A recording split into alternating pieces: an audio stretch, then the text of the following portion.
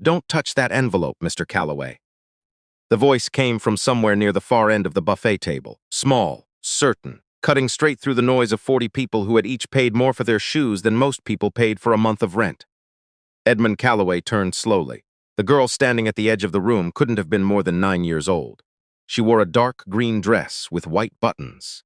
Down the front, the kind a grandmother picks out, and her hair was pulled back so neatly it looked like someone had spent the better part of an hour on it. She wasn't moving. She wasn't fidgeting the way children fidget at formal events when they're bored and hungry and desperate to be somewhere else. She was just standing there, both hands at her sides, looking directly at him. At the envelope on the table in front of him, Edmund looked down at it. Ivory paper, his name written across the front in clean block letters, the flap sealed with a small wax circle the color of dried blood. It had arrived with the other items brought out for the occasion: a crystal decanter, 2 framed photographs, a folded document from his firm's founding year. His assistant, Harriet, had arranged everything. The envelope had been set apart from the rest, slightly off-center, as if it had been placed there as an afterthought. He looked back at the girl. "I'm sorry," he said. She didn't repeat herself. She just kept looking at him. Her eyes moved once to the envelope and then back to his face. That was all. Across the room, a man in a gray suit appeared at her side. Roger Ashby, the firm's building superintendent, who had been with the Calloway Group for 11 years. He put a hand lightly on the girl's shoulder and leaned down to say something in her ear. The girl shook her head, once, small and definitive. Edmund Calloway was 63 years old. He had built a real estate and legal consulting group from a single office above a dry cleaner in Hartford into a company with 4 floors in downtown Boston and clients in 9 states. He had negotiated contracts worth more than the GDP of small countries. He had survived 2 recessions, 1 divorce, and a federal audit that had taken 3 years off his life expectancy. He was not a man who was easily rattled, but something about the way the child was looking at him made him set the envelope back down on the table without opening it. "Roger," he said, keeping his voice level, "would you come here for a moment?" The evening had been organized by his partners, primarily by Nolan Fitch, who had been with Edmund for 22 years and who had a habit of making grand gestures at grand moments. Tonight was the firm's 40th anniversary. The ballroom of the Whitmore Club had been booked for the occasion, the guest list curated with the kind of care usually reserved for state dinners. Former clients, current clients, city officials, a federal judge, 3 people who had run for governor, and about 30 others who had simply been in Edmund's life long enough that leaving them off the list would have been its own kind of statement. Nolan had handled the invitations. Nolan had coordinated with the venue. Nolan had arranged for the ceremonial items to be displayed on the center table, artifacts from the firm's history that Edmund hadn't seen in years. The photographs, the founding document, the decanter that had been a gift from a client in 1994 and had never once been used. And apparently, Nolan had arranged for the envelope. Edmund had noticed it when he first approached the table, about 40 minutes into the evening. He'd assumed it was a card from the partners, maybe, or from a long-standing client who couldn't be there in person. He hadn't thought anything of it. He'd picked it up, read his name on the front, and was about to break the seal when the girl spoke. Now, Roger was standing in front of him, looking uncomfortable in the way that people look uncomfortable when they've been put in the middle of something they don't entirely understand. "That's my daughter, sir," Roger said. "Petra. She came with me tonight. I hope that's not an issue. Her regular sitter canceled and I didn't have another option. I was going to keep her in the back near the staff area." "It's not an issue," Edmund said. "What was she talking about?" Roger hesitated. He was a careful man, not prone to drama. Edmund had always appreciated that about him. Whatever Roger was about to say, it wasn't going to be exaggerated. "She was in the preparation room earlier," Roger said. "When the items for the table were being brought in, she saw something. She told me about it, but I thought she was mistaken. She's 9. She gets ideas sometimes. What did she see?" Roger glanced at the envelope, then back at Edmund. "She said someone came into the room while the items were being laid out. Not one of the venue staff. Someone who knew where things were supposed to go. She said they put the envelope down last, after everything else was already in place. And she said..." He stopped, started again. "She said they were wearing gloves, inside. At a formal event." Edmund was quiet for a moment. "Where is she?" he said. "Petra. Bring her over." The girl came without reluctance. She stood in front of him the same way she'd stood across the room. Straight, calm, not performing anything. Up close, Edmund could see that she had her father's eyes and her father's serious expression. She was the kind of child who paid attention to things. He had met a few of them in his life. They were usually either remarkable or exhausting, and sometimes both. "Tell me what you saw," Edmund said. He crouched down slightly so he wasn't towering over her. It was the kind of thing he'd learned from his own daughter years ago. People tell you more when you're at eye level with them. Petra looked at him steadily. The room where they put out the things for the table, she said. I was sitting in the corner. The chair had a cushion, and I was reading. I don't think they saw me. Who didn't see you? The woman who came in. Petra paused. She already knew which box everything went in. She didn't have to look at labels. She just went straight to the table and put the envelope on it. Then she straightened the photograph next to it so it was covering part of the envelope. Edmund looked at the photograph on the table. It was a picture from 1986, him and his first partner outside the original office. The frame was standing at a slight angle that he'd noticed earlier and assumed was just careless positioning. What did she look like? He said. Petra thought about it carefully. Not in the way children think about things when they're making them up. That kind of thinking has a particular quality, a reaching quality, eyes going up and away. Petra's eyes stayed on Edmund's face. She was retrieving something, not constructing it. She had dark hair pulled back, she said. She was wearing something gray with a brooch on the shoulder, like a bird, and she had on gloves, the thin kind like a doctor would wear, but not rubber. They were beige. Edmund's chest went very still. He knew someone who wore brooches shaped like birds. He knew someone who had an instinctive habit of wearing thin cotton gloves in situations where she didn't want to leave fingerprints. Something she'd once laughed about and called a professional quirk, and he had laughed along without thinking hard enough about what that meant. Her name was Vivienne Marsh. She had been his attorney for 11 years, and 3 months ago she had become a named partner in the firm. He stood up slowly. Across the room, he could see her at the far end of the bar, a glass of white wine in her hand, talking to the federal judge with the practiced ease of someone entirely comfortable in her skin. She laughed at something the judge said. She didn't look in Edmund's direction. Edmund had not survived 40 years in business by being impulsive. He had survived by being methodical. He picked up the envelope from the table and held it for a moment, testing its weight. It was light, too light for a card, slightly heavier than a single sheet of paper. Whatever was inside had dimensions to it. A slight rigidity, not a letter, not a document. He did not open it. Instead, he slipped it into the inside pocket of his jacket and walked to the corner of the room near the coat check, where he could think without being observed. His mind moved the way it always moved when something important was happening, quickly but without haste, the way a river moves through a narrow channel. Vivienne Marsh. He traced it back. She had joined the firm through a referral from a mutual colleague, arriving with an impeccable record and a reputation for creative contract structuring that was, depending on who you asked, either brilliant or aggressive. Edmund had liked her immediately. She was sharp, she was prepared, and she had a way of seeing around corners that he found genuinely useful. What he hadn't understood until 7 weeks ago was the direction she'd been looking around those corners. He had come in early on a Tuesday morning and found her in the archive room, which was not unusual. She worked odd hours sometimes, and the archive room housed documents that predated the digital era. What was unusual was what she was photographing. Not old contracts, not founding records. The documents she'd laid out on the table were financial summaries from the last 4 years, annotated in a way Edmund had never seen before. When she heard him open the door, she'd gathered them quickly and said she'd been reviewing historical billing rates for a new client proposal. He'd accepted it. He'd gone back to his office and accepted it, and made himself believe it, because the alternative was something he hadn't wanted to look at directly. He looked at it now. Vivienne had spent the last 11 years with access to every significant contract the firm had ever produced. She knew which clients had paid outside standard channels, which agreements had been documented informally, which arrangements relied on Edmund's personal word rather than paperwork. She knew where every weakness was. She had been, in his own description to people, the person who knew more about his firm than anyone except him. He had meant it as a compliment. He put his hand on the envelope inside his jacket. Mr. Calloway. He turned. It was Harriet, his assistant, approaching with the discreet urgency she used when something needed attention without looking like it needed attention. She had been with him for 16 years and she could hold an expression steady under nearly any circumstances. She was not holding it steady now. There's something I need to tell you, she said. I didn't arrange the envelope on the table. I assumed it was part of what Nolan's team sent over, but I just spoke with Nolan and he says he didn't include it. No one on his team put it there. I know, Edmund said. Harriet looked at him. You know, I have a theory, he said. I need you to do something for me. Discreetly. I need you to find out if Vivienne signed into the venue earlier than the rest of us. Check with the front desk. They log arrivals. Don't go past the front desk. Don't ask anyone else. Harriet nodded once and left. Edmund walked back into the main room.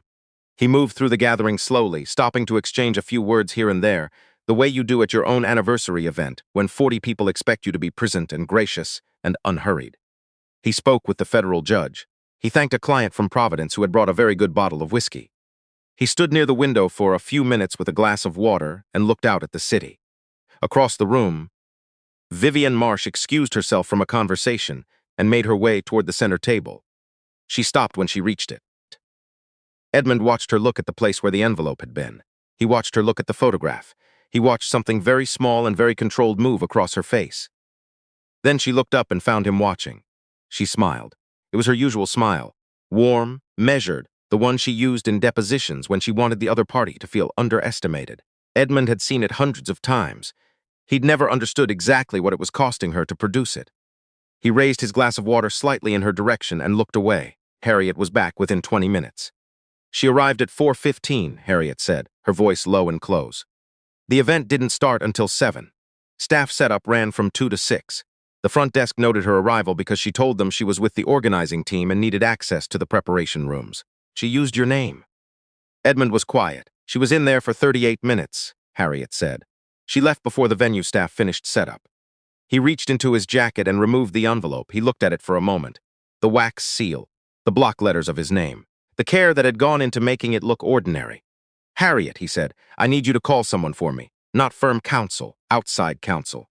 Philip Crane, he's in the contact list under personal attorneys. Tell him I need him here tonight. Tell him it's not an emergency, but it's not nothing. He'll understand. Should I call anyone else? Edmund thought about it. Yes, he said. Call the non-emergency line for Boston PD. Ask for a detective, not a patrol officer. Tell them a partner at the Callaway Group would like to speak with some quietly about a potential criminal matter. Tonight, if possible. If not tonight, first thing in the morning. Harriet wrote nothing down. She never did. Anything else? Not yet. She left again. Edmund looked across the room at Vivienne. She was back in conversation, glass of wine refilled, brooch catching the light. She was very good at seeming relaxed. He had admired that quality in her for years. He wondered how long she had been planning this. He wondered if it had started before she made partner or after. He wondered if becoming a named partner had been the goal itself, or just a step towards something larger. He thought about the financial summaries she'd been photographing. He thought about which clients had access to the kind of information that would become dangerous in the wrong hands. He thought about Roger Ashby's daughter, standing at the far end of a buffet table in a green dress, certain enough of what she'd seen to say it out loud to a room full of people who had every social reason to dismiss her. He walked over to where Roger was standing near the edge of the room. Petra was beside him, eating a small plate of cheese and fruit with the focused attention of a child who has been well-behaved for a long time and is rewarding herself for it. Thank you, Edmund said to her directly. She looked up. Did you open it? No. She nodded slowly, like that was the right answer, and went back to her plate. Philip Crane arrived at 8:40. He was a compact man in his late 50s who had the particular quality of appearing unhurried, even when he was moving quickly, which was one of the reasons Edmund had kept him in his personal contact list for 20 years. He took the envelope from Edmund in the coat room, looked at it without touching the seal, and asked 3 questions. Edmund answered all 3. Don't let anyone leave yet, Philip said. I'll make some calls. The detective arrived at 9:15 in plainclothes and was introduced to the gathering as a colleague of a colleague, which was close enough to true that no one looked twice.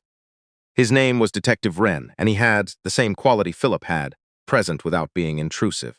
He spoke with Edmund for 8 minutes, during which time Edmund told him everything in the order it happened, beginning with Petra's words at the buffet table and ending with the security log at the front desk. Detective Wren asked if Edmund knew what was in the envelope. I have a theory, Edmund said, but I'd rather the lab tell us than me.